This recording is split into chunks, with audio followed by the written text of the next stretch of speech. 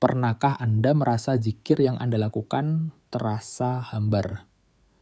Sudah membaca ratusan kali, tapi tak ada perubahan dalam batin, hidup, maupun aura Anda? Atau pernahkah Anda mendengar tentang zikir nafas hu Allah yang konon katanya bisa membangkitkan kekuatan metafisik, memanggil khodam, hingga memunculkan energi batin yang luar biasa? Nah, kalau Anda belum tahu atau justru sedang penasaran, maka video ini akan membuka satu bab penting dalam ilmu spiritual tingkat tinggi. Zikir nafas hu Allah, sebuah amalan yang tidak hanya menyentuh dimensi spiritual, tapi juga mampu mengubah energi dalam diri dan hidup Anda secara nyata. Jangan kemana-mana, karena apa yang akan kita bahas ini sangat dalam dan jarang dibuka ke publik umum. Siapkan diri Anda dan rasakan sendiri efeknya. Assalamualaikum warahmatullahi wabarakatuh. Salam sejahtera dan salam rahayu untuk seluruh sedulur batin dimanapun berada. Selamat datang di channel Kodam Sejati, tempat di mana kita bersama-sama mempelajari, menggali, dan menyelami berbagai ilmu spiritual, energi batin, serta kegaiban yang seringkali tersembunyi dalam kehidupan sehari-hari. Semoga Anda semua senantiasa sehat, bahagia, dan hidup dalam limpahan rezeki lahir maupun batin. Sebelum kita melangkah lebih dalam ke pembahasan inti, jangan lupa untuk menekan tombol like, tinggalkan komentar jika Anda punya pengalaman serupa, dan subscribe channel Kodam Sejati. Karena dukungan dari Anda adalah energi yang membuat kami terus semangat menyajikan konten-konten bermanfaat dan penuh pencerahan spiritual. Aktifkan juga lonceng notifikasinya agar Anda tidak ketinggalan setiap kali kami upload video terbaru. Ingat, ilmu batin itu butuh kontinuitas dan kebersamaan, jadi mari kita belajar bersama. Tarik nafas dalam-dalam dan hembuskan perlahan. Sekarang, katakan dalam hati, aku siap menerima ilmu yang bermanfaat. Aku membuka hati dan batinku untuk memahami, dan aku yakin apa yang kupelajari hari ini akan membawaku lebih dekat kepada Tuhan. Kalimat itu mungkin sederhana, tapi afirmasi adalah pintu pembuka agar setiap ilmu yang kita pelajari bisa meresap hingga ke dalam jiwa. 1. Fenomena alam dan energi spiritual. Pernahkah panjenengan memperhatikan bagaimana alam seringkali memberikan tanda-tanda halus sebelum sebuah peristiwa besar terjadi? Terkadang lewat angin yang berubah arah, suhu yang tiba-tiba hangat di malam hari, atau suara-suara alam yang mulai bermunculan. Di tempat kami, dalam seminggu terakhir ini, suara tonggeret, atau dalam bahasa Jawa sering disebut garengpung, sudah mulai terdengar di mana-mana. Bagi masyarakat awam, suara tonggeret mungkin hanya dianggap sebagai bagian dari kebisingan alam saat siang hari. Tapi bagi orang-orang tua zaman dulu, dan juga mereka yang belajar ilmu titan atau ilmu membaca tanda-tanda alam, suara tonggeret ini bukanlah suara biasa. Ia adalah pertanda bahwa musim hujan sudah mulai berakhir dan masa transisi akan segera tiba. Tapi tahukah panjenengan, dalam dunia spiritual, perpindahan musim bukan hanya soal cuaca atau tanah yang mulai kering. Lebih dalam dari itu, ini adalah pergeseran energi bumi. Dari fase pembersihan ke fase penampakan. Dari fase melepas ke fase membangun.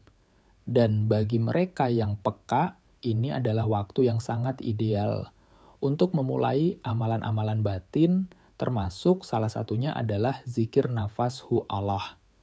Energi alam tidak pernah statis.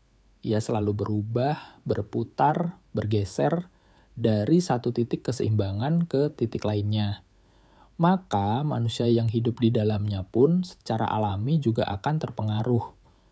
Perasaan gelisah tanpa sebab, tiba-tiba sensitif, atau malah merasa semangat dan penuh harapan, semuanya adalah getaran dari perubahan energi yang terjadi di sekitar kita.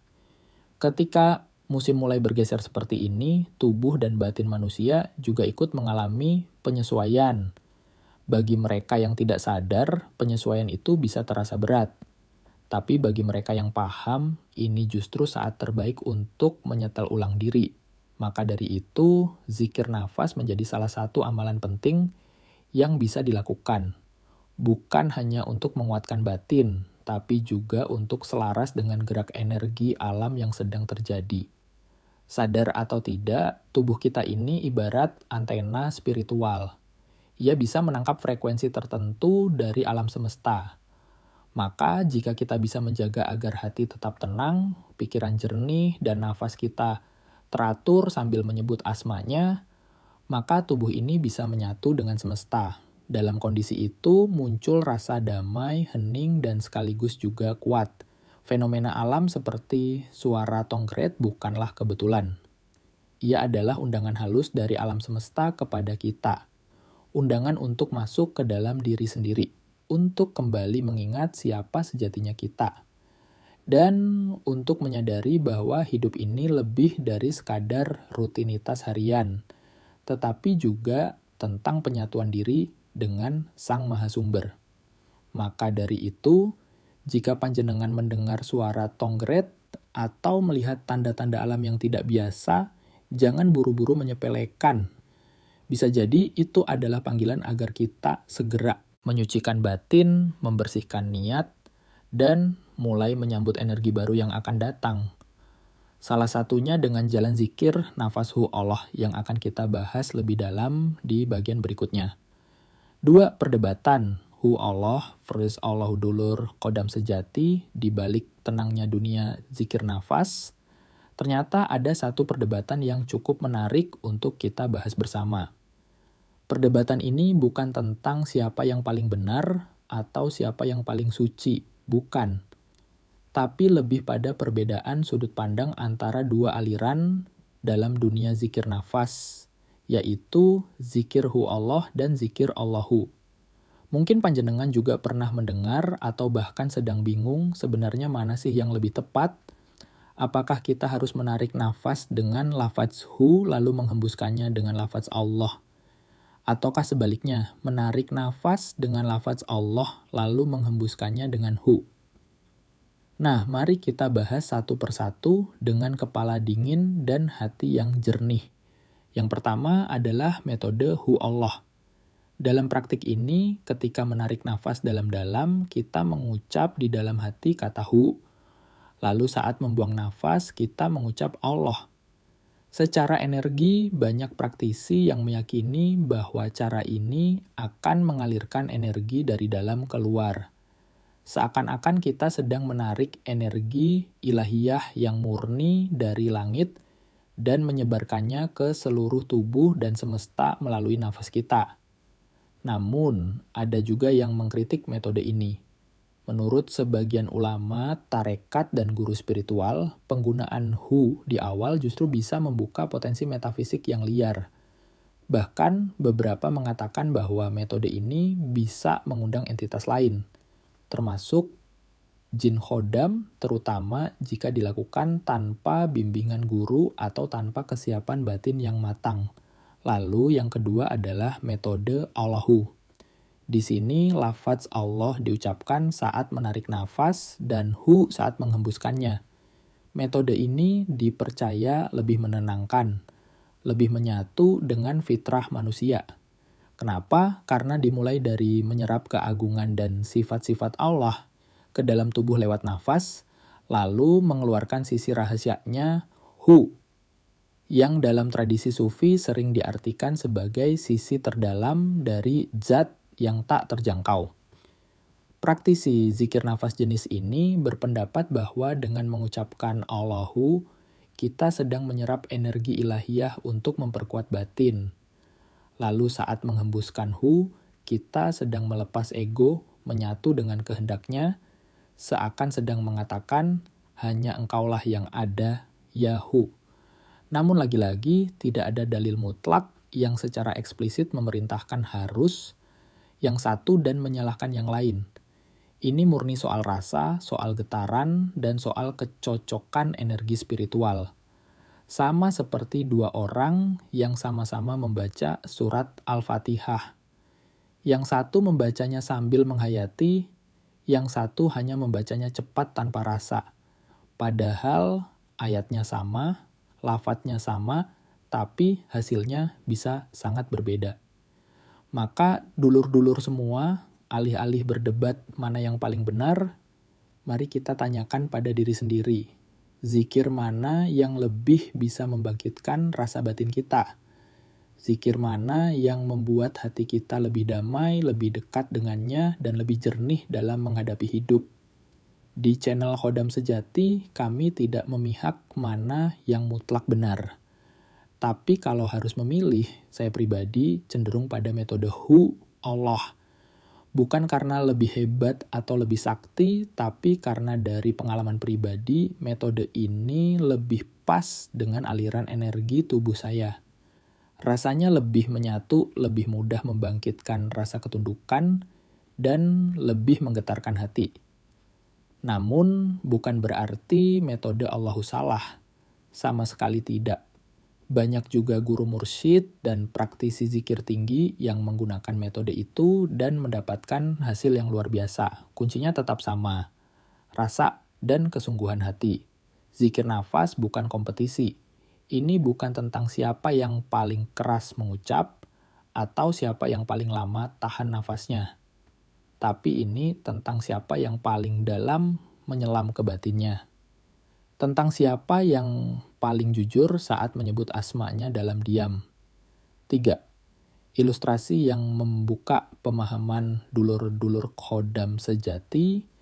Setelah kita memahami bahwa dalam zikir nafas itu ada dua metode populer, yakni Hu Allah dan Allahu, yang sering jadi bahan perdebatan, sekarang mari kita masuk ke intinya. Inti dari zikir nafas bukan terletak pada mana lafadz yang dipilih, melainkan pada rasa. Ya, rasa. Bukan sekadar bacaan di mulut, bukan hanya alunan nafas, tapi rasa batin yang muncul dari kedalaman jiwa. Zikir sejatinya bukan soal huruf, bukan soal suara. Bahkan jika panjenengan zikir dalam hati pun, tanpa bersuara sedikit pun, jika rasa itu hadir, maka energi spiritual tetap mengalir. Dalam dunia spiritual, rasa ini adalah kunci. Tanpa rasa, zikir hanya jadi rutinitas kosong. Hanya jadi aktivitas fisik yang tak jauh beda dengan olahraga pernapasan biasa. Tapi, saat rasa itu menyatu dengan nafas dan lafadz, maka saat itulah zikir berubah menjadi jalan penyatuan dengan Sang Maha Ada. Kita ambil contoh sederhana, dulur. Misalnya ada dua orang, sebut saja si A dan si B. Mereka sama-sama membaca ayat Al-Quran yang sama, lafadznya sama, tajwidnya bahkan mungkin lebih fasih si A. Tapi anehnya ketika disuruh meruqyah orang yang kerasukan jin, ayat yang dibaca si B justru lebih manjur. Jin langsung berteriak dan keluar, padahal dari segi ilmu tajwid dan hafalan si A lebih unggul. Apa yang membedakan mereka? Jawabannya adalah rasa. Si B membaca ayat dengan hati yang menyatu, memahami maknanya, menyelami getaran ilahi dari tiap lafadz yang dibaca. Energinya keluar bukan dari mulut, tapi dari dalam batinnya. Sementara si A hanya membacakan teks, tapi tidak menghidupkan energi di balik kata-katanya. Begitu pula dengan zikir nafas. Panjenengan bisa saja memilih Hu Allah atau Allahu. Tapi kalau hati panjenengan kosong, kalau hanya mengikuti teknik tanpa kesadaran, maka hasilnya juga akan kosong. Tapi ketika panjenengan benar-benar menghadirkan hati, memanggil rasa rindu kepada Tuhan, dan membiarkan tiap tarikan serta hembusan nafas menjadi pujian kepadanya, disitulah zikir menemukan ruhnya. Maka dari itu, Khodam Sejati selalu menekankan, jangan sekadar meniru cara orang lain, tapi temukan cara yang paling mampu membangkitkan rasa batin panjenengan sendiri. Karena rasa itu tidak bisa dipinjam, tidak bisa di-copy paste, Ia lahir dari pengalaman, dari keterhubungan yang dalam antara diri kita dengan Allah. Zikir nafas bukan ajang gengsi spiritual. Ini bukan soal aku pakai cara paling benar, kamu salah. Tapi ini adalah jalan kembali ke dalam diri, menyentuh bagian terdalam dari jiwa kita, dan di sanalah kita menemukan pantulan wajahnya. Jadi, jika panjenengan merasa bingung, mulailah dari yang paling mudah. Ucapkan hu saat menarik nafas atau Allah saat menghembuskannya, tapi lakukan dengan kesadaran penuh. Rasakan bagaimana nafas itu adalah anugerah. Rasakan bagaimana setiap hembusan mengandung kehidupan, dan setiap tarikan nafas adalah izin darinya agar kita masih hidup. Dan saat rasa itu muncul, meski sedikit, maka panjenengan sedang berada di jalan yang benar. Itulah jalan zikrullah, jalan sunyi, tapi penuh cahaya. 4. Memahami esensi zikir nafas. Saat kita menarik nafas dengan membatin hu, itu artinya kita sedang menyerap sifat-sifat Tuhan yang maha sempurna.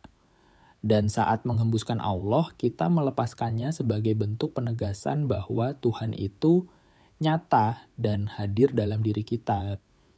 Jadi zikir ini bukan hanya latihan pernapasan, tapi juga sarana penyatuan rasa, energi, dan kesadaran diri terhadap Tuhan yang Maha Esa. 5. Manfaat zikir nafas hu Allah. Ada beberapa manfaat luar biasa dari zikir ini, diantaranya membersihkan aura dan energi metafisik. Ketika kesadaran Anda terhubung dengan Tuhan, maka sifat-sifat ilahi dalam diri Anda akan muncul. Aura negatif, dosa-dosa batin, dan penghalang spiritual mulai terkikis sedikit demi sedikit, memperkuat wadah batin. Bagi Anda yang sedang mempelajari ilmu hikmah, khodam, atau ilmu batin tingkat tinggi, zikir ini dapat menjadi benteng agar Anda tidak mudah stres, kehilangan kendali, atau terganggu makhluk halus. Menarik keberuntungan dan daya tarik alami orang yang rajin zikir biasanya punya aura yang menyejukkan.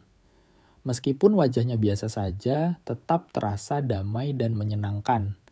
Inilah yang disebut dengan daya tarik batiniah yang sejati. 6. Zikir dan kehadiran khodam. Benarkah zikir hu Allah bisa memanggil khodam? Ya, bisa. Tapi bukan hanya hu Allah, hampir semua zikir bisa memanggil khodam, baik yang putih maupun yang hitam. Yang membedakan adalah isi hati Anda saat melakukannya. Jika Anda zikir dengan hati yang kosong atau hanya setengah hati, maka bisa jadi khodam yang datang dari golongan hitam, yang manipulatif dan suka menyamar. Mereka bisa datang dalam bentuk orang tua bijak, wali, atau makhluk bercahaya, padahal niatnya menyesatkan. Itulah mengapa latihan rasa batin sangat penting. Jadi kesimpulannya, zikir nafas hu Allah adalah amalan yang sangat luar biasa.